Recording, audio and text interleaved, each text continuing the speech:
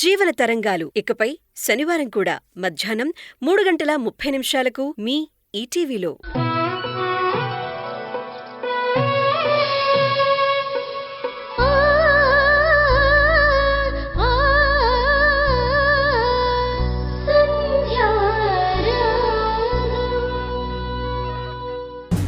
ఇదిగో శాంతి, ఈ అమ్మాయి నాకు చాలా బాగా నచ్చింది. మా శ్రీకరం రాగానే నేను వాడికి ఫోటో చూపించి ఎలాగైనా ఒప్పిస్తాను. అమ్మాయి ఏం చదువుకుంది? ఇంటి పని, వంట పని అన్నీ వచ్చేలేదో కనుక్కో. కట్నాలు కానుకలంటావా? అవి నేనెప్పుడూ ఆశించలేదే. కానీ ఆ అమ్మాయి అయితే బావుంటుంది. ఏదో విధంగా సంధ్యను ఒప్పించి నా కొడుక్కి విడాకులు ఇప్పించేస్తాను. నువ్వు ఈ సంబంధం అయితే ఖాయించేయి. అమ్మా, నువ్వు ఇలాగే చేస్తే నేను అన్నయ్యకి ఫోన్ చేస్తాను. ఏంటే ఫోన్ చేసేది? ఈ రోజు కాకపోతే రేపైనా వాడికి తెలియాలి కదా. దాంట్లో దాపరకమేముంది?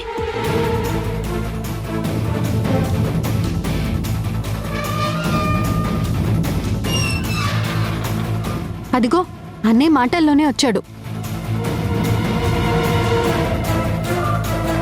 ఒరే శ్రీకరం, బ్రహ్మాండమైన సంబంధంరా. మన శాంతియే తీసుకొచ్చింది. అమ్మాయి చాలా బావుంది. ఆస్తులు అంతస్తులు లేకపోయినా పర్వాలేదురా, నిన్ను నానం చేస్తుంది.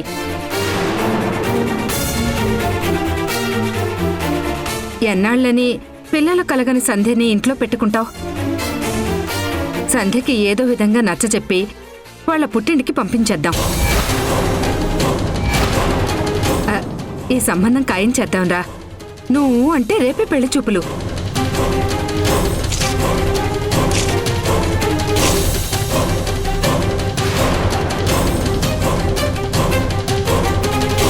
అమ్మా, ఎందుకు ఇలా ప్రవర్తిస్తున్నావు?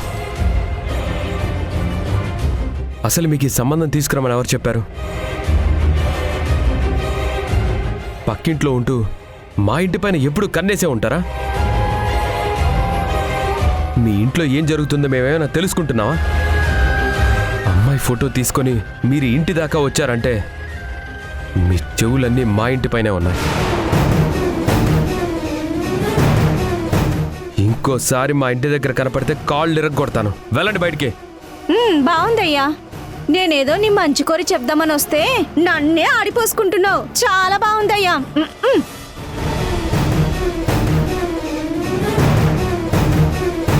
శ్రీకరం, ఇప్పుడు కన్న తల్లి మాట వినకపోతే నష్టపోయేది నువ్వేరా.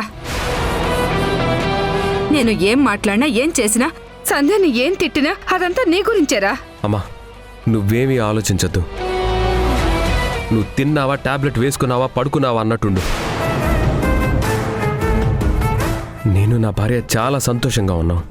పిల్లలున్నా లేకపోయినా మా ఇద్దరికి ఏ లోటు లేదు. అసలు మా ఇద్దరికి పిల్లలు లేరన్న బాధే లేదు.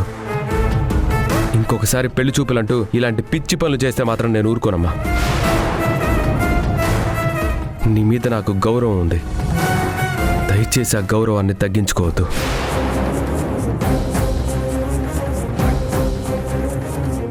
ఇలా తిట్లు తింటే తప్ప నువ్వు మారవనుకుంటా.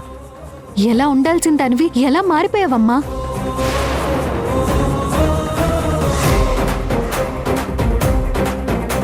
మీకేం తెలుసే? సంధ్య మోసం చేస్తుందన్న సంగతి మీకేం తెలుసు?